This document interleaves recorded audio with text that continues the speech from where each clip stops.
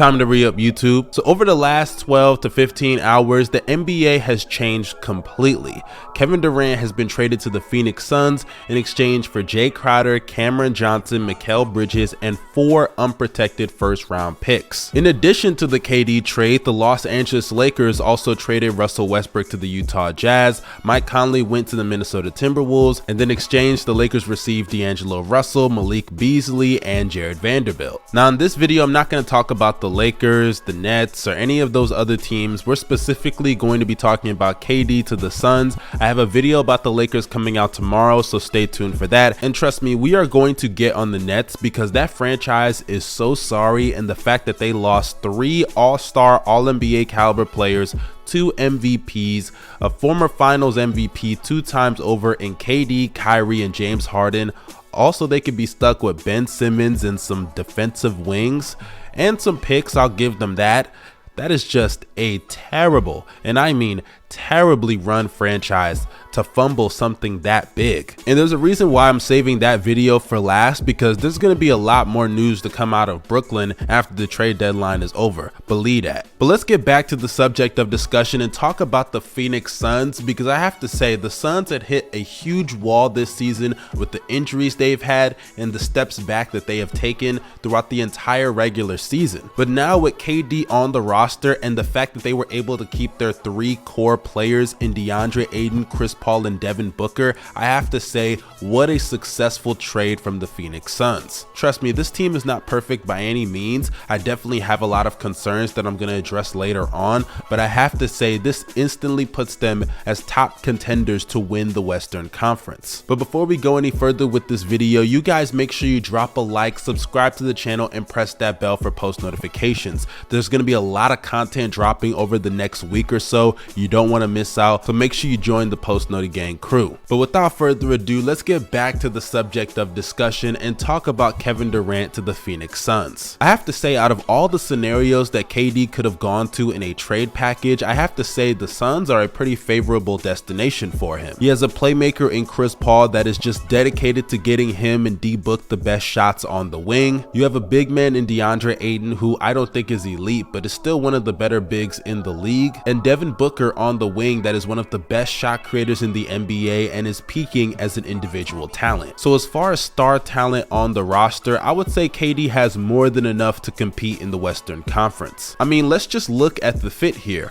All of these guys on the wing and on the perimeter can space the floor. Chris Paul is still a solid 3-point shooter and a great mid-range shooter, just like KD and D-Book. But he can still create shots for others. He's a good passer. He's definitely not the player that he used to be. You could argue he's not even a top 50 player in the NBA, even though I wouldn't go that far, but it's an argument, I can't lie. Regardless though of how you may feel about him, he is still a solid player at the point guard position, and as soon as next year he could be gone. If you've seen the Kyrie Irving news recently, you know what I'm talking about. But as for now, he fits with this team, and I'm very interested to see how him and Kevin Durant are going to play together. Ayton also at the 5 is a big plus for this roster with Kevin Durant on it. He's a good screen setter and roller, effective and efficient in the post, has a very good touch around the rim, and on the defensive end, he is still one of the better rim protectors in the NBA. And to have Kevin Durant be the help defender with Ayton in the front court, I think is perfect for this roster. They were already a good defensive team, and sure, Mikal Bridges is a loss on the wing, but Kevin Durant is a good defender in his own right that can provide a level of help defense that Mikal Bridges did not provide. But speaking of the wing on this team, let's talk about Devin Booker, because I think him and KD are a very interesting pairing. D-Book is capable of playing off the ball just like Kevin Durant. He can shoot off of the catch. He's good off of screens in the handoff game. He's evolved as a playmaker and decision maker, especially in the pick and roll. And adding KD to this team on the wing just puts less responsibility on Chris Paul and Devin Booker. They can divide those ball handling duties amongst each other. As I said earlier, CP is not the playmaker he used to be, even though he is still a great passer.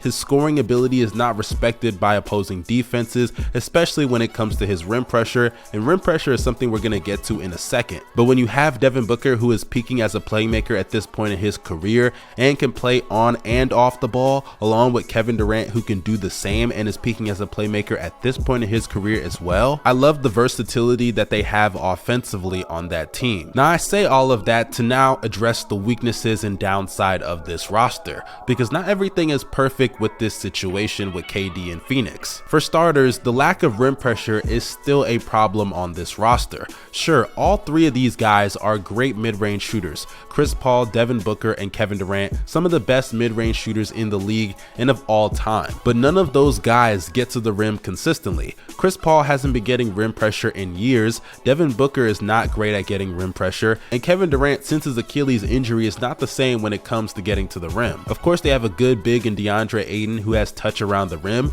but do you expect his post touches to go up or down with this Kevin Durant signing? Let's be honest here. And say what you want about their mid-range shooting, I am always going to be skeptical about any offense that has deep playoff aspirations that lacks a lot of rim pressure. I mean, it's hard to consistently generate great offense without rim pressure. Don't get me wrong, it's not impossible, especially with the names on this roster, but I do believe that this is something that can come back to bite them come postseason time. Another issue I have with this roster is their lack of depth. If you look at their bench, I ain't gonna lie, it sucks. Straight up, top to bottom, just a bunch of trash. I mean, we're talking about a rotation that's probably gonna only go 6 to 7 deep of quality players that can play come playoff time, and I'm being generous there. Torrey Craig has been better than expected this year, but let's be honest, he is not a good offensive player. That 3-point percentage is not moving me. It's on a small volume, and let's be real, nobody guards him out there. Cameron Payne sucks and has been injured for most of the season. Damian Lee is just a 3-point shooter, and in the playoffs, that is not a good player to be having to play major minutes. Other than those guys, I don't think anyone else is even worth a mention in this video. I mean, don't get me wrong, I'm not a fan of Bossman 99 who they just moved over to Brooklyn, but at least a guy like Jay Crowder was playable come postseason time. He provided defense and occasional floor spacing from time to time. But guys like Cameron Payne, who aren't even good or consistent enough scorers to get consistent rotation minutes at times, let's be real here, he's going to come back to bite you. Damian Lee being a one-way player and getting cooked on defense in the playoffs, that's gonna come back to bite you. The same thing applies tenfold to guys like Landry Shamet as well. I mean, don't get me wrong, the buyout market will always be there, and who knows if somebody unexpected comes along the way, but as it stands right now, I can't lie, that is a big problem with this roster. They are extremely top heavy, and the people that are at the top, they're good players, but there's only one superstar, and that's Kevin Durant. And I'm not trying to shit on Devin Booker, Chris Paul, and DeAndre Ayton when I say that. Those are good players. D-Book is a top 20 player in this league. Chris Paul is still a good point guard at the starting position, and DeAndre Ayton is a top 10 center in the NBA. But when your weaknesses are a lack of depth and rim pressure, those things can easily be exploited in a Western Conference that has Nikola Jokic in it, LeBron James and the Lakers upgraded, the Memphis Grizzlies are still there, the Pelicans are still solid when they're healthy, the Mavericks got better, and as of this recording, they may be looking to move Christian Wood or get somebody to help him out in the interior defensively. I mean, the West is really leveling up, and sure, the Suns did as well. I'm not taking that away from them, but the problems in their rotation and lack of rim pressure are still very alarming. Nonetheless though, I don't want that to overshadow everything else I said in this video. I still think the Suns got enormously better. I mean, the fact that they only had to give up 3 role-playing wings and they kept their core intact, I have to say, bravo.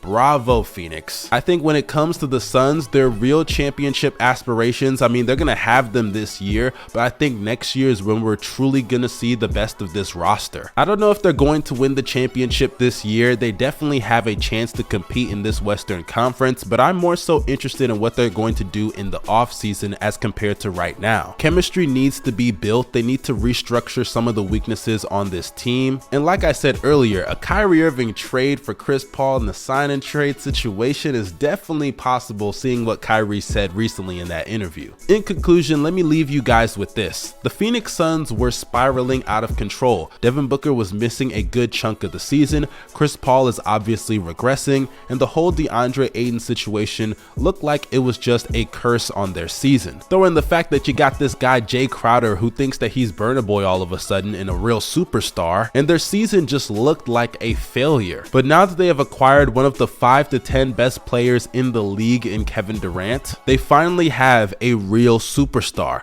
No disrespect to Devin Booker, but there's levels to this. And going forward, now that they have a legitimate number 1, a legitimate number 2, and solid 3rd and 4th options in CP and DeAndre Ayton, I have to say it. Nobody's gonna say it, but I will. Kevin Durant saved the Phoenix Suns. And by the way, quick side note before we wrap this up, KD, you have no excuses. I don't want to hear him complain again and ruin another franchise. Don't get me wrong, I understand a lot of the issues with KD in Brooklyn. That's completely understandable. Ben Simmons sucks. But at the end of the day, to an extent, he's been getting everything that he's wanted in a lot of these situations. You left OKC to go to Golden State, and then you voluntarily left Golden State to go to Brooklyn to team up with Kyrie. You signed off on Steve Nash. You signed off on James Harden. You signed off on Ben Simmons, and sure, who knows the reasons why you had to do those things, but at the end of the day, you did it. And the Suns were on your list of teams to go to, and they kept their core intact. The list of excuses have been going down slightly every single year for you, and I don't want to hear another excuse. Get it done, plain and simple. But you guys let me know your opinions down below in the comment section. Do you think that this was a good decision from the Phoenix Suns, or hell,